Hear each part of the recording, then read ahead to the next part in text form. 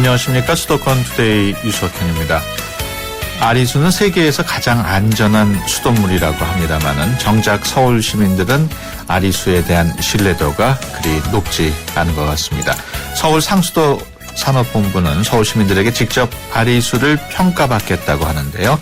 잠시 후에 자세한 내용 알아보겠습니다. 2부에는 수도권 행정탐방 준비되어 있습니다. 매주 금요일에는 인천시의 시정 상황을 들어볼 텐데요. 인천시에는 어떤 새로운 소식들이 있는지 알아보겠습니다. 금요문화살롱 시간도 마련되어 있습니다. 오늘은 현대미술의 거장이죠. 파블로 피카소에 대한 이야기 들어봅니다. 방송 중에 궁금하신 내용은 샵0945로 문자 주시기 바랍니다.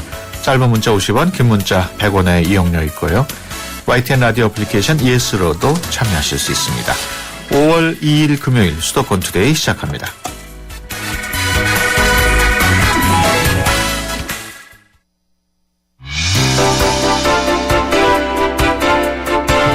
여러분은 지금 YTN 라디오 수도권 투데이를 듣고 계십니다. 이 시간 진행은 유석현 앵커입니다.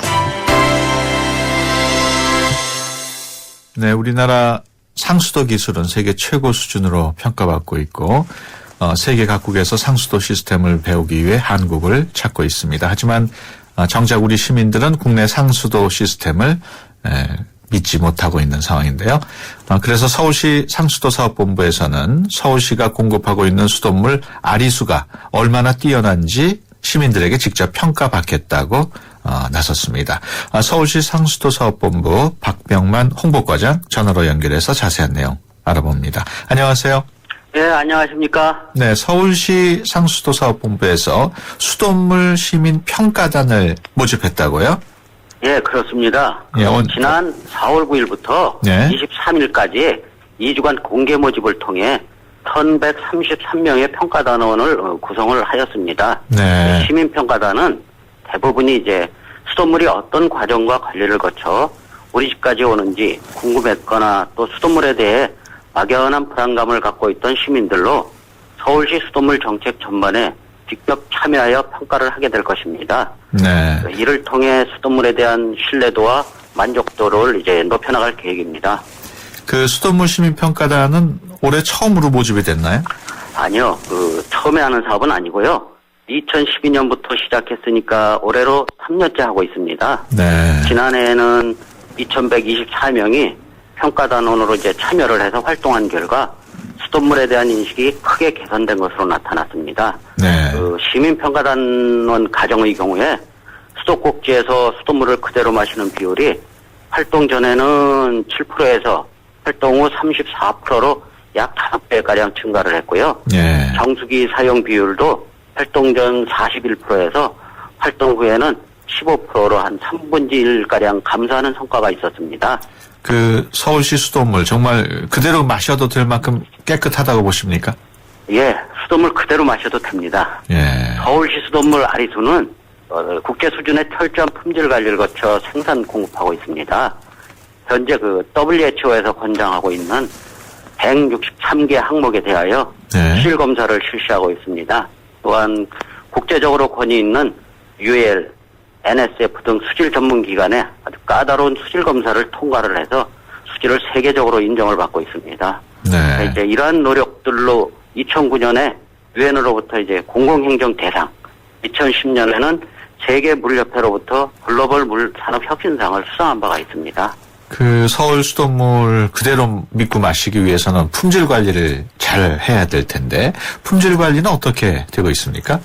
예, 우리 시에서 공급하는 수돗물은요, 한강 원수에서부터 정수 생산 과정, 공급 과정, 수도꼭지까지 단계별로 수질 검사를 실시하고 검사 항목도 세계보건기구에서 권장하는 163개 전 항목에 대해서 수질 검사를 하고 있습니다. 네. 또한 정수장에서 수도꼭지까지 200개 지점에 대해 수질 자동 측정기를 설치해 실시간으로 수질 검사를 실시하여 공개를 하고 있습니다. 네. 또 시민들이 원하시는 경우 수질 검사원이 각 가정을 직접 방문하여 수질 검사를 해드리고 있습니다.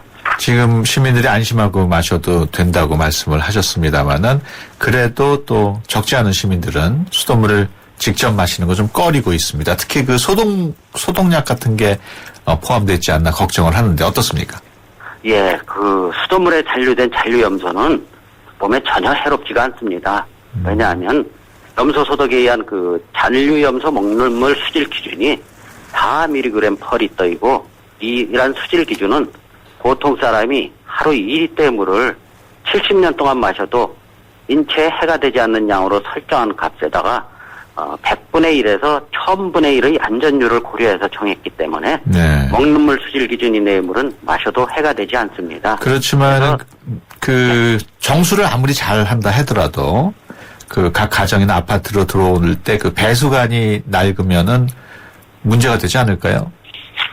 그렇습니다. 그래서 우리 시에서도 그동안 그 노후관 문제에 관심을 가지고 많은 이제 개선 노력을 하고 있습니다. 네. 그동안 이제 각 가정에 공급되는 수도 계량기까지는 우리 시에서 이제 부식되지 않는 수도 스테인레스 관 등으로 이제 모두 개량을 마쳤습니다. 네. 이제 다만 말씀하신 대로 94년 이전에 이제 건축된 아주 오래된 아파트나 주택 등에 설치된 수도관이 이제 부식이 돼서 녹물이 이제 발생하는 경우가 많아서 그 수돗물 불신 요인 중에 하나가 되고 있는데요. 우리 시에서는 이런 각 가정의 노후 옥내 배관 교체를 적극 권장하고 있습니다. 교체 시에는 최고 50%까지 이제 교체 비용을 지원해주고 있습니다. 예. 그 서울시 수돗물 아리수를 정말 믿고 마실 수 있는지 직접 확인해보고 싶은 시민들이 많으실 텐데 그 시민 평가단에 들어가려면 어떻게 해야 되나요? 특별한 자격 요건은 따로 없고요. 예. 20세 이상 수돗물에 관심이 있는 서울 시민이면 누구나 신청이 가능합니다. 예. 그렇다면은 평가단이 되면은 어떤 활동을 하게 됩니까? 먼저 이제 평가단 활동 시작 전에 우리 상수도 사업 정책 전반에 대한 이해를 높여서 그 현장에서의 평가하고 예. 모니터링에 도움을 주기 위해서 정수센터와 수도박물관 등 그 우리 상수도 시설 변학을 시키고 그다음 아리수 품질과 관련된 학습 등을 내실 있게 이제 진행할 예정입니다. 예. 그런 후에 상수도 사업 정책 전반에 대한 어느 정도 이해가 숙지된다 생각이 되면은 본격적인 이제 활동을 시작하게 되는데요.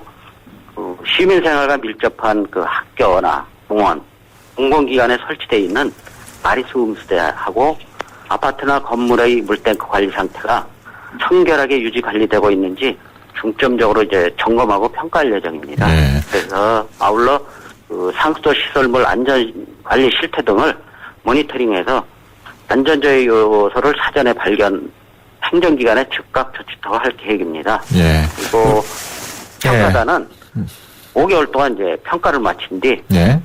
오는 12월 달에 심포지움을 열어서 그 안에 이제 활동한 내용하고 모니터링한 결과를 토대로 상수도 정책에 대한 개선 방향 등을 우리 시에 제안할 계획입니다. 예, 알겠습니다. 그 박병만 과장께서는 집에 정수기가 없습니까? 전혀 없습니다. 저는 수도 꼭지물 그대로 마시고 있습니다. 끓여 마시지도 않고요. 그럼요. 예, 알겠습니다. 예. 지금까지 서울시 상수도 사업본부 박병만 홍보과장이었습니다. 오늘 말씀 고맙습니다. 예, 감사합니다.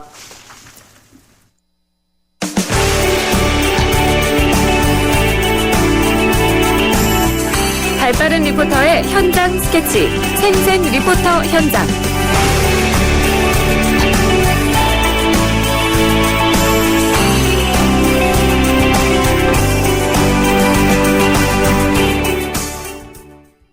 네, 수도권의 다양한 소식들을 리포터의 취재로 전해드리는 시간입니다. 오늘은 박설희 리포터와 함께합니다. 안녕하세요.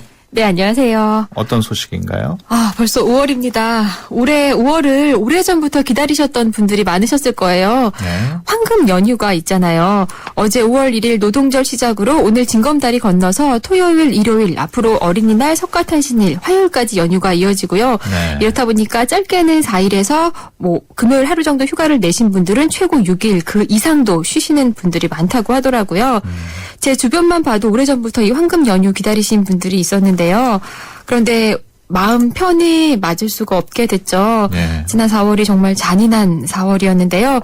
그렇다 보니까 연휴를 들뜬 마음으로 보내시는 분들도 많지 않은 것 같습니다. 그래서 저는 먼저 일단 거리로 나가서 이번 연휴 어떻게 보냈을지 시민들 만나서 이야기 나눠봤거든요. 들어보시죠. 별다른 계획은 없는 것 같아요. 별다른 계획 없이 연휴가 있는데 준비를 할 수는 있는 상황이었는데요. 그냥 그 위치에서만 그냥 있으려고 한 것 같아요. 가족과 같이 보내는 달이잖아요. 근데 확실히 사람들 분위기가 우울한 게 있긴 있는 것 같아요. 전체적으로. 제 동생은 중학생인데 대학교 방문하는 그런 프로그램이 있었는데 그런 거조차 취소가 됐거든요. 멀리 가는 게 아닌데도. 네, 이번 연휴 기간에 어린이날이 포함이 돼 있는데 어린이날 관련 행사도 많이 축소가 됐다고요. 예, 그렇습니다. 보통 때 같으면 지금 북적북적해야 할 시기인데요. 그렇지가 않은 것 같아요. 네. 어린이날 행사도 대부분 취소됐거나 연기됐고요. 또 하더라도 축소된 규모로 진행하고 있습니다. 소위 지금이 대목이라고 말하는 어린이 용품 판매하는 마트나 백화점도 그렇고요. 또 놀이동산도 자체 행사를 대폭 축소하고 너무 시끄럽지 않은 선에서만 진행한다고 합니다. 그래도 아이들에게는 의미 있는 날이니까 부모님들은 아이들과 어떻게 보내실지 생각하실 것 같은데요.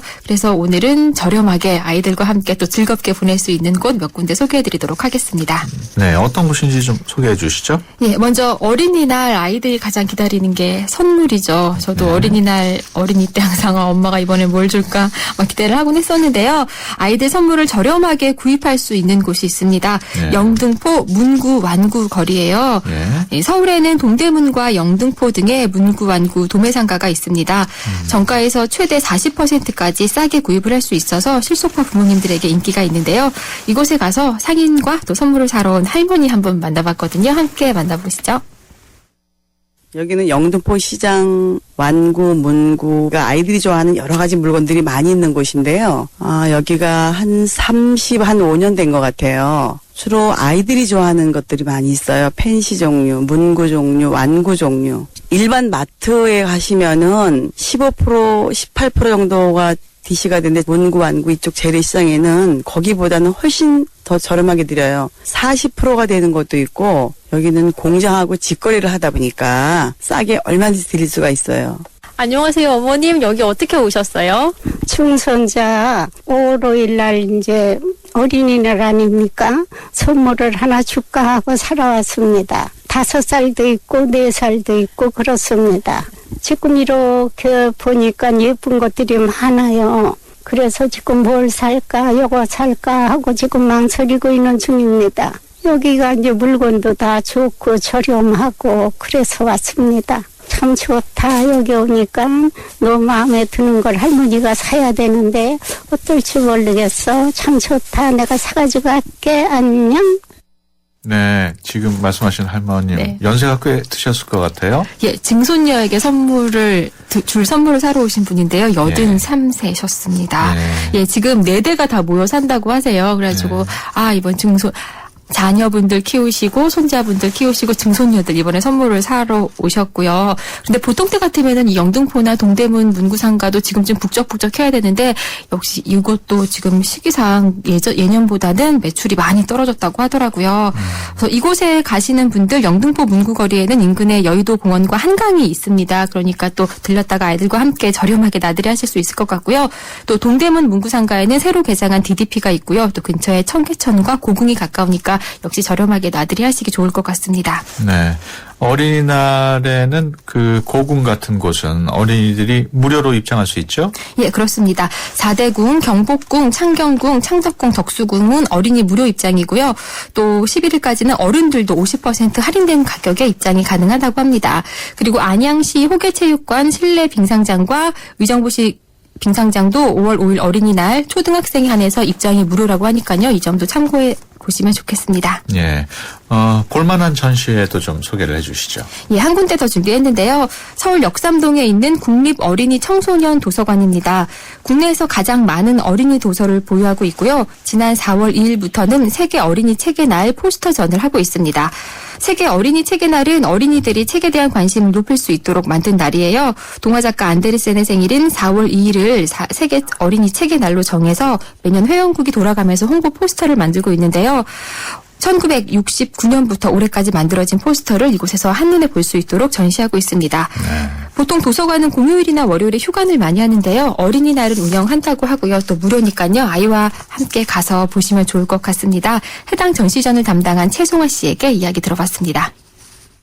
네, 안녕하세요. 여기는 국립어린이 청소년 도서관이고요. 저희 지금 하고 있는 세계 어린이 책의 날 포스터전은 세계 여러 나라에서 발행된 기념 포스터와 메시지를 전시하고 있습니다. 이번 전시는 어린이들한테는 책 읽는 즐거움을 알려주고 어른들한테는 어린이 책에 대한 관심을 환기시키기 위해서 기획하게 되었습니다. 보시면 1969년도부터 2014년까지 세계 각국에서 유명 작가분들이 발행한 포스터와 메시지를 보실 수 있고요.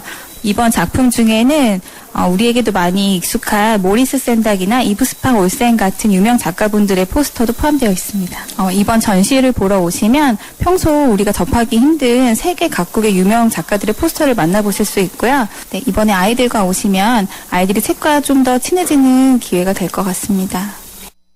네, 책을 좋아하는 아이들이나 또 우리 아이가 좀 책을 좋아했으면 좋겠다 싶으신 부모님들 함께 가시면 좋을 것 같은데요. 제가 갔을 때 마침 전시회를 보러 온 중학생들이 있었습니다. 네. 전시회를 보러 온 선생님과 학생도 만나봤습니다. 함께 이야기 들어보시죠. 저희는 신관중학교 도서반이고요. 국립어린이 청소년 도서관 견학 왔습니다. 책에 대한 생각을 이렇게 포스터로 표현한 걸 보고 우리 학교 독서 활동 같은 것에 대해서 아이디어도 많이 내고 좀 이랬으면 좋겠다는 생각에서 왔어요. 중학교 1학년이고요. 포스터 보고 세계 여러 나라 교과서랑 옛날 한국 교과서 봤어요. 뭔가 되게 신기하고 더 알아가고 싶고 20년 정도 된 교과서 봤어요. 우리 아빠 옛날에 저런 걸 배웠구나 이렇게 생각하고 나도 앞으로 더 공부 열심히 해야겠다 이런 생각이 많이 들었어요. 전시회장도 둘러봤는데 여러 나라에서 포스터를 만들어가지고 책에 이렇게 많은 걸 포함되고 있구나. 책을 보면은 여러 가지 지식을 알 수 있겠다 이렇게 느낄 수 있어요. 이게 원래 저 한 분야의 책만 좋아했는데 여기 오고 나서 보니까 이제 여러 가지의 책을 봐야겠다 이렇게 생각했어요. 네. 연휴와 관련한 소식 지금까지 박설희 리포터였습니다. 오늘 말씀 고맙습니다. 네, 감사합니다. 1부 여기서 마치고요. 잠시 뒤 2부에서 뵙겠습니다. 2014 YTN 연중기획 함께하는 미래 창조 대한민국 한국 홍보 전문가 서경덕 성신여대 교수입니다. 올바른 역사를 인식하는 것, 그리고 올바른 역사를 교육시키는 것, 그게 바로 대한민국의 미래가 아니겠습니까? 요즘 청소년들에게요, 이 3.1절이 3.1절이라는 대답을 듣곤 합니다. 그럴 때마다 제가 가장 크게 느꼈던 건 우리의 역사의 가장 큰 적은 일본 정부나 중국 정부가 아니라 바로 우리들의 무관심이었다는 겁니다. 앞으로 우리 국민들이 한국사에 더 관심을 갖고요, 한국사를 통해 세계사를 바라보고 세계사 속에 글로벌 시대를 맞는 우리 대한민국의 더 밝은 미래를 창조해 나갔으면 좋겠습니다. 2014 YTN 연중기획 함께하는 미래 창조 대한민국. 이 캠페인은 고객과 함께하는 솔루션 파트너 LG화학과 함께합니다.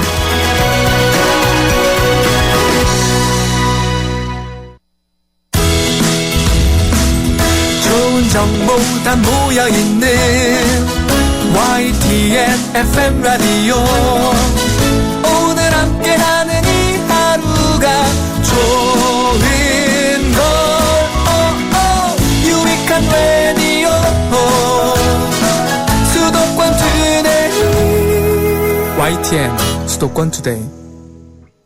네, 수도권 투데이 2부 시작합니다. 오늘부터 매주 금요일 2부에서는 인천시와 함께하는 수도권 행정 탐방 시간을 마련했습니다.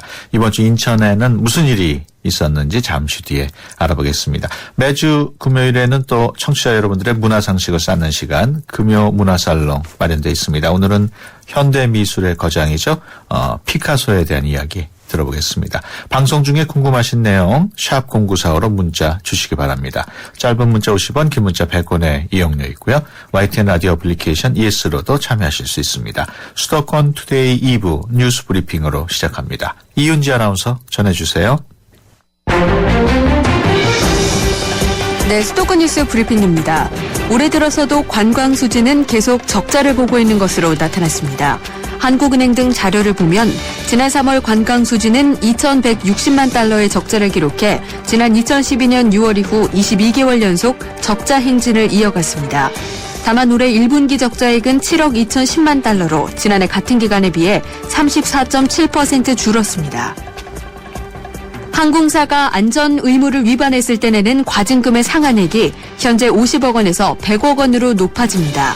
국토교통부는 현재 과징금 기준은 2000년에 마련된 것으로 그동안 항공사 매출이 2배 이상 높아졌기 때문에 과징금도 상향 조정했다고 설명했습니다. 이 같은 내용이 포함된 항공법 개정안은 지난달 29일 국회 본회의를 통과했습니다. 지금까지 수도권 뉴스 브리핑이었습니다.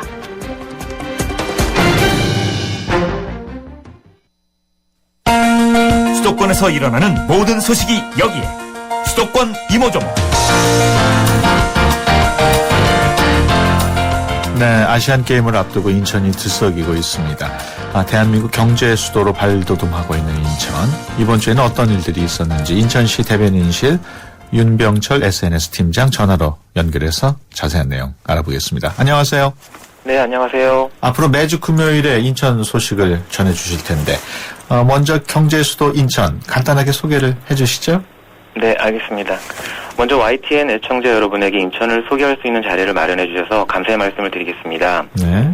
인천은 지난해 EU가 뽑은 세계 2위의 성장 가능성 있는 도시, 전국 지방자치단체장이 뽑은 기업하기 좋은 도시 1위로 선정되었으며 UN 녹색기후기금인 GCF와 세계은행을 중심으로 13개의 국제기구 및 유엔기구가 입지한 명실상부한 국제도시로서의 면모를 갖추었다고 평가를 받고 있습니다. 네. 또한 세계 최고 수준의 국제공항과 항만을 가진 대한민국 유일의 도시이며 인천 경제자유구역의 뛰어난 정주 여건은 글로벌 시장을 무대로 한 첨단 산업 입지로서의 최적의 조건을 구비하고 있다 하겠습니다. 네. 아울러 인천 경제자유구역인 송도, 청라, 영종 지역을 세계 3대 경제자유구로 불리는 싱가포르, 홍콩, 중국의 선진 특구와 같은 동북아 최고의 비즈니스 도시로의 조성을 목표로 하고 있습니다. 네. 아무래도 올가을에 열리는 아시안 경기대회가 인천에서 열리는데 5달도 안 남았어요? 네, 그렇습니다. 네, 좀 전해주시죠. 140일 정도 남았고요. 금년에 열리는 제17회 인천 아시아 경기대회는 평화의 숨결, 아시아의 미래라는 슬로건 아래 오는 9월 19일부터 10월 4일까지 16일 동안 36개 종목 45개국에서 2만여 명이 참가하여 대회가 개최됩니다. 이번 대회는 1986년 서울 아시아 경기대회와 2002년 부산 아시아 경기대회에 이어서 국내에서는 3번째로 개최되는 건데요. 45억 아시아인의 축제가 될 인천 아시아 경기대회는 5월 7일 아시아도 주경기장이 준공됨으로써 아시아 경기대회 관련 경기장 건설이 완료되어 외적인 인프라가 완료되었고요. 또한 완벽한 대회 준비를 위해 행정부시장을 단장으로 분야별 행정지원단을 구성하여 매주 1회 준비사항 보고를 통해 점검을 실시하고 있습니다. 네. 주경기장이 5월 7일 준공이 되는 모양이죠? 네, 그렇습니다. 예. 경기장이 몇 개나 필요하나요? 인천 서구에 건설된 아시아도 주경기장을 포함해서요. 총 49개소의 경기장이 필요합니다. 예. 신설되는 경기장으로는 16개가 건설되었고요.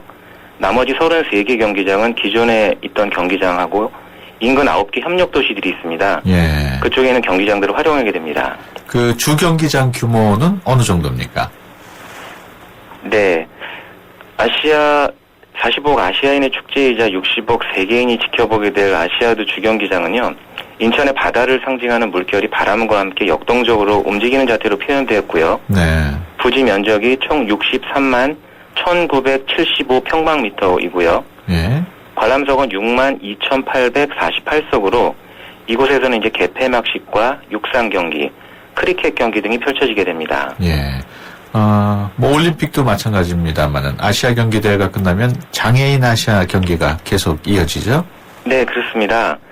제11회 인천 장애인 아시아 경기대회는 열정의 물결 이제 시작이다라는 슬로건으로 아시아 경기대회가 끝난 2주 뒤에 10월 18일부터 10월 24일까지 7일 동안 23개 종목 42개국에서 6천여 명이 참가하여 대회가 개최됩니다. 예. 인천 장애인 아시아 경기대회 마스코트는요. 해마다 강화도를 찾아오는 세계적인 희귀 보호종인 천연기념물 저어새를 모티브로 했고요. 예. 남녀 한 쌍인 저높이와 드높이를 정했습니다. 저높이는 사랑하는 마음을, 드높이는 용기와 희망을 상징하는 마스코트라고 할 수 있고요. 예.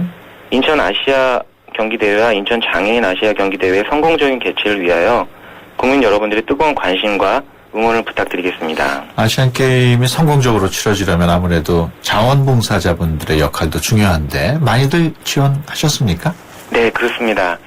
자원봉사자분들의 숨은 노력 없이는 아시아 경기대회나 장애인 아시아 경기대회 같은 대규모 국제대회 성공은 절대 이룰 수가 없습니다. 예. 근본 아시아 경기대회 자원봉사자는 모집 인원 1만 3,500명 대비 2만 3,366명이 지원하셨고요. 예. 장애인 아시아 경기대회는 모집 인원 3,681명 대비 6,654분이 지원하셨습니다. 예. 또한 국가별 종목별로 선수단 응원과 입국 시 환영식, 출국 시 환송식 등 의전 등을 담당할 서포터즈 역시 모집 인원 5만 5천 명 대비 6만 7,814분이 지원하셨습니다. 예. 이 자리를 빌어 뜨거운 관심을 보여주신 국민 여러분에게 다시 한번 감사의 말씀을 드리겠습니다. 그 아시안게임 앞두고 숙소는 모자라지 않습니까? 지금 저 인천 지역에 건설되는 숙소도 있고요. 예. 인근 지역까지 다 해서 지금 준비를 철저히 하도록 노력하고 있습니다. 네, 알겠습니다. 지금까지 인천시 대변인실 윤병철 SNS 팀장이었습니다. 오늘 말씀 고맙습니다. 네, 고맙습니다.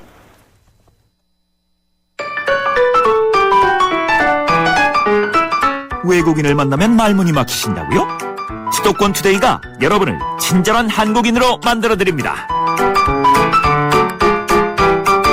캘리와 함께하는 친절한 Korean.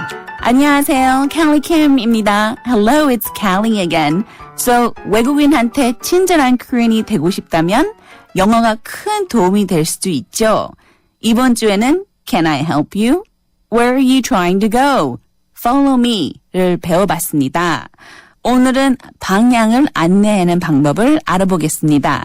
직진은 go straight, 우회전은 turn right, 좌회전은 turn left입니다. go straight, turn right, turn left. 은행에서 우회전을 해야 한다면 turn right at the bank 라고 말할 수도 있는데요. 편의점에서 좌회전을 해야 한다면 turn left at the convenience store. Turn right at the bank, turn left at the convenience store, and there you'll see 광화문. Okay, so remember, go straight, turn right, turn left. I hope that you are able to help out a foreigner with those easy instructions. All right, great job. Until next time, bye-bye.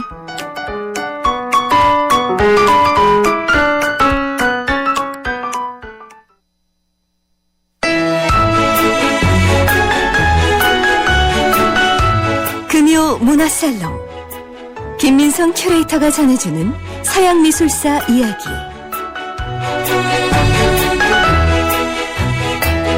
네, 문화에 관한 상식을 쌓는 시간, 금요 문화살롱 시간입니다.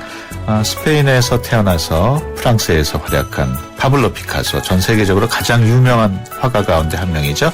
현대미술의 대표주자 피카소의 삶 어땠는지 오늘 김민성 큐레이터와 함께 자세히 알아보겠습니다. 안녕하세요. 네, 안녕하세요. 피카소는 정말 너무나도 유명한 작가지만은 그래도 어떤 작가인지 좀 소개를 해 주시죠.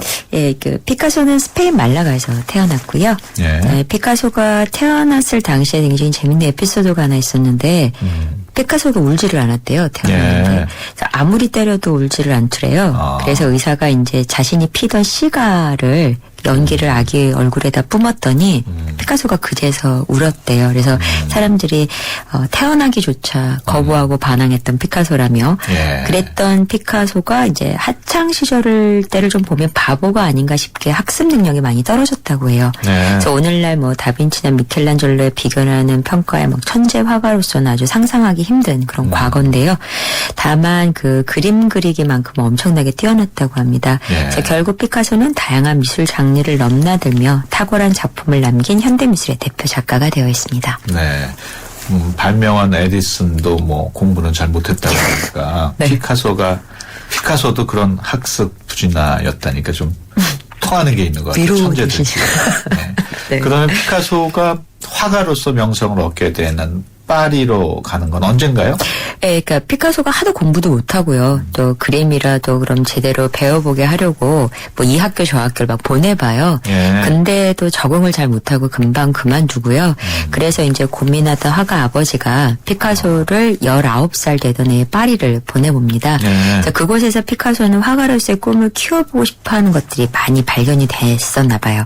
그래서 이제 1904년 피카소는 파리에 본격적으로 정착을 하게 되고요. 처음 몇 년은 솔직히 굉장히 가난하게 살았대요. 그래서 파리의 비참한 서민들의 생활에 비통해하기도 하고 또 때로는 자살을 결심하기도 했다고 해요. 여러 번.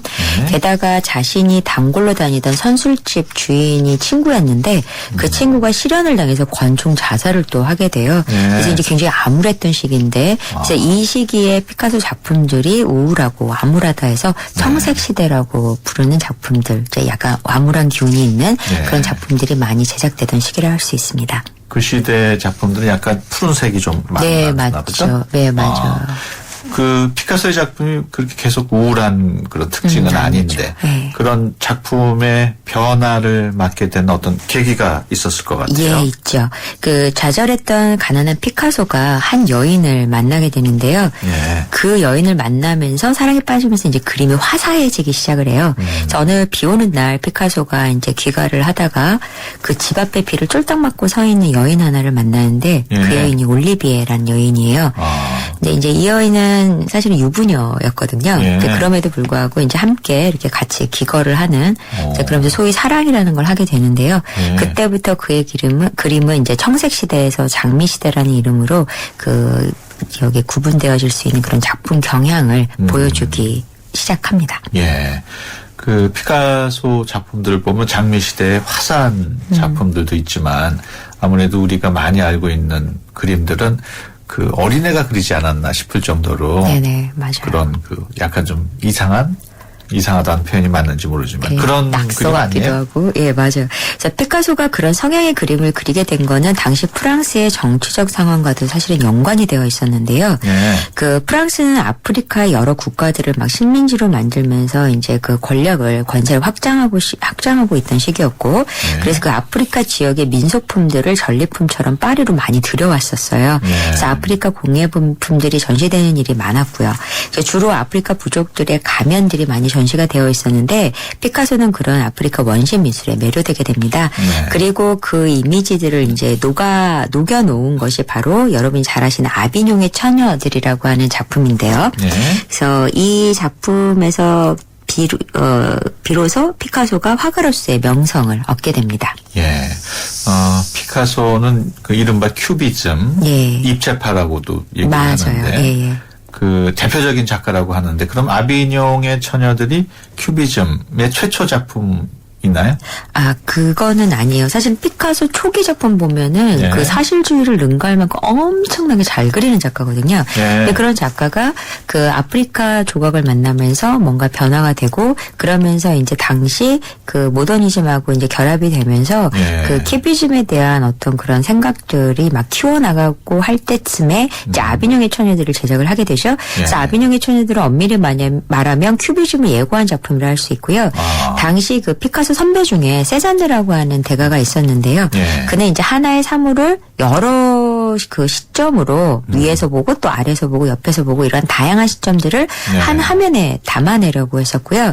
피카소는 그런 그의 생각들을 자신의 작품인 아비뇽의 처녀들이라는 작품에서 자기 방식대로 이제 펼쳐 놓으려고 시도를 했고 그때 아프리카 가면을 그려놓게 된 거였는데 그게 아주 잘 어울리는 표현이 되었죠. 그래서 아비뇽의 처녀들은 어떻게 보면 큐비즘의 최초 작품이라기보다는 그 예고를 하는 어떤 그런 징후를 알리는 작품이라고 할 수 있죠. 어떻게 보면은 아주 그 의외의 것에서 의외의 생각을 찾아냈다고도 할 수 있겠네요. 네, 어떻게 보면 이제 아프리카 가면이 큐비즘을 자극했나 뭐 이제 이렇게 얘기를 할 수가 있겠는데요.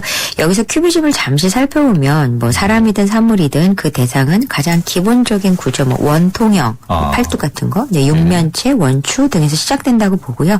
그 구성 요소로 대상을 해체해서 그리려는 생각이라고 할 수가 있는데요. 그래서 이제 보면은 이제 사람의 눈은 정면으로 되어 있고 코는 측면으로 봤을 때 제일 아름답다 측면으로 되어 되어 있고 또 입은 또 정면으로 되어 있고 그래서 아까 앵커님이 말씀하신 대로 괴상한 얼굴들이 이제 나오게 되는데요. 이거를 이제 그 다양한 시점을 다각도로 한 화면에 표현한 것이 어떤 그 큐비즘적인 특징이라고도 할 수가 있어요. 그래서 당시 이런 큐비즘적인 내용들을 자주 의논하던 친구가 하나 있는데요. 그게 바로 이제 조르주 브라크라는 작가인데요. 이 작가가 피카소가 이제 아비뇽의 처녀들을 발표하고 얼마 안 돼서 절친으로 지내게 돼요. 근데 브라크는 사실 피카소보다도 먼저 큐비즘적인 작업을 했던 작가거든요. 하지만 큐비즘의 시작은 피카소로 알려져 있죠. 그래서 바로 1905년에 아비뇽의 처녀들의 전시가 성공을 했기 때문에 이제 유명한 사람이 해야지 좀 알아주는 이제 그런 거는 당시에도 마찬가지죠. 그래서 당시 전화기를 발명했던 벨과 라이스와 같이 이제 그런 식으로 피카소하고 이제 브라크의 관계는 한 6년 정도 되고 이제 끝나죠. 브라크라는 화가는 그렇게 유명한 화가는 아닌 것 같아요. 사실 미술사에서 되게 중요하고 유명한 화가고요. 그래요? 빠삐의 꼴레라고 해서 이렇게 종이 찢어 붙이기 같은 그런 그래서 이렇게 막 붙이는 그런 작업을 한 작가고요. 그 나름 미술사에서 중요하게 다뤄지고 있는 작가예요. 그래서 그렇군요. 피카소가 참 신경을 많이 썼던 작가기도 하죠. 뭐 피카소하고 연령대도 비슷했나요? 네네네네. 그 피카소의 대표적인 큐비즘 작품이라면은 어떤 것들이 있을까요? 그 여러분이 너무 잘 아시고 지난주에 제가 잠깐 언급했던 게르니카예요. 그 사실 피카소는 큐비즘적인 경향을 즐겨 표현하기도 했지만 그의 후기 시대를 보면은 큐비즘 하나로 규명하기에는 거의 불가능하고요. 굉장히 다양한 시도들을 많이 했어요. 그래서 그의 유명한 대작 게르니카를 보면 이제 피카소가 나는 앞으로 다양하게 작업을 하리라라고 하는 어떤 그런 선언을 한 듯하게 되게 다양한 시도들이 되어 있고요. 그 여기에는 그 이 어떤 그런 선언이 있었겠구나라고 예상이 될 만큼 그 피카소의 다양한 시도와 생각들이 한데 모아져 있다 해도 과언이 아닌 게 바로 게르니카라는 작품이에요. 게르니카는 그 스페인 도시 이름이라고 해요. 그래서 1937년 독일이 이 도시를 무차별 공격을 해서 폐허를 만드는 사건이 일어나는데요.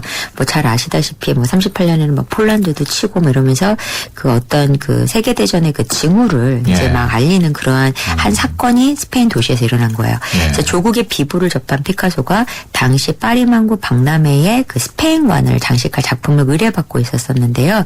바로 그것에 이 게르니카라는 거대한 작품을 전시하게 됩니다. 이 작품은 높이가 3.5m에 육박하고 거의 8m에 달하는 아주 대작인데요. 여기에 아까 이제 브라크가 만들어낸 뭐 빠삐오 꼴레 같은 이미지들도 있고요.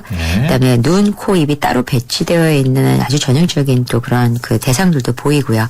그래서 게르니카는 미술사적인 가치는 물론이고 이제 제가 이 게르니카에 대해서 각별하게 보는 거는 조국에 대한 그리고 조국에서 일어났던 어떤 그런 비극에 대한 그런 아픔을 극적으로 담아낸 피카소의 정말 인간미 넘치는 작품이구나라는 생각이 드는데요. 게다가 또 피카소가 1951년 한국에서의 대학살이라는 작품도 제작을 했었어요. 그래서 그런 얘기를 듣고 근데 이게 미국에서 이게 반미 작품이다 막 이러면서 전시도 못하게 하고 그러긴 했었었는데 이런 식으로 피카소는 뭐 여성 편력으로 굉장히 유명하긴 하지만 이런 어떤 그런 조국애적인 그리고 좀 거시적이고 그런 어떤 큰 마음을 갖고 있던 그런 작가라고 생각을 합니다. 게르니카가 높이가 3.5m고 길이가 8m면 정말 대작이군요. 벽화 같죠. 이게 지금 어디에 있어요? 그게 원래 프라도 미술관에 있었는데요. 그게 무슨 수리인가 뭔가를 하기 위해서 어느 이렇게 센터로 이제 옮겨져 있다고 그 들었어요. 그래서 무슨 왕실 센터. 근데 어디에 보면 벽화로 나와 있고요. 어디에 보면은 저기 캔버스의 유화로 나와 있는데요. 캔버스의 유화가 맞습니다. 그 피카소 뭐 20세기 대가 화가 중에 한 명이지만 여성 편력으로도 아주 유명하죠? 네, 그 사실은 피카소에 대해서는 여성 편력에 포커스를 맞춰서 영화도 많이 나오고요. 또 책도 많이 나오고요. 그 중에 이제 가장 드셌던 올가 첫 번째 와이프 얘기도 나오고 말년에 70이 넘어서 만난 운명의 여인이었던 뭐 자클린 뭐 이런 여성들이 나오긴 하고요. 항상 그 피카소의 모든 그림에는 이런 여성들이 뮤즈로서 이렇게 그 등장을 하고 있었는데 그 피카소는 2번 결혼을 했고요. 그 중에 이제 4명의 여자와 열렬히 사랑을 했고 그 중에 또 다른 한 명의 여자는 화가였는데요. 피카소가 이 앞서서 만났던 3명의 여자랑 계속 관계를 하고 있었던 거예요. 그러니까 이 화가 여자가 굉장히 괴로워하기도 하고 막 그랬었는데 하여튼 끊임없이 10년 주기로 뭐 동거를 했다던가 뭐 하여튼 이런 쪽으로 이렇게 끊임없이 열렬히 사랑했었던 피카소인데요.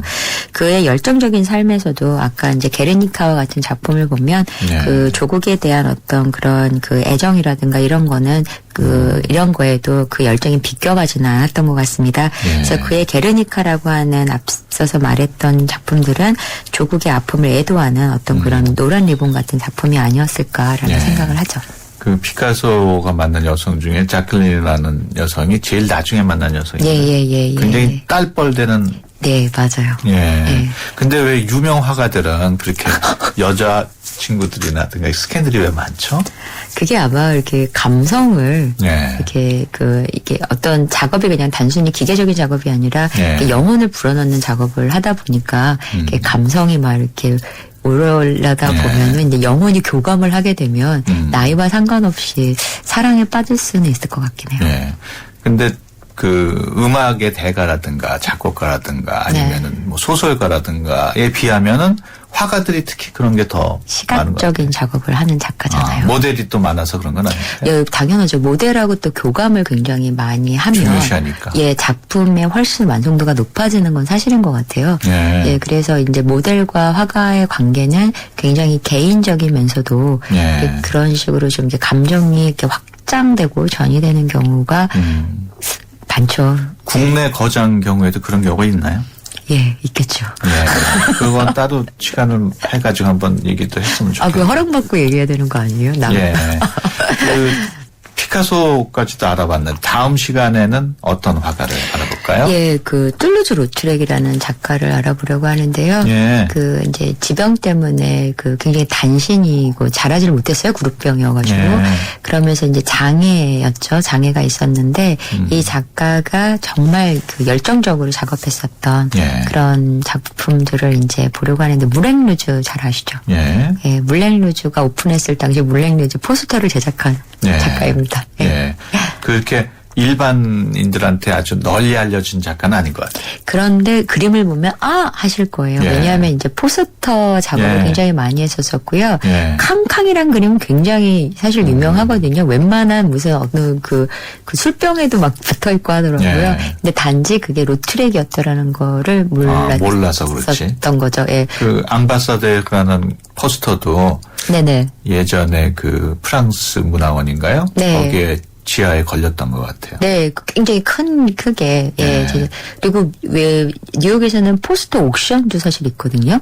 그 포스터 옥션이 아예 옥션 그 백과사전의 그 항목으로 들어가 있을 만큼 포스터에 대한 그런 그 관심이 굉장히 높기 때문에 툴루즈 로트렉은 굉장히 높이 지금 현재 평가받고 있죠. 그러면 포스터 그림 말고 어떤 그림을 미리 하나 좀 보고 오면 좋을까요?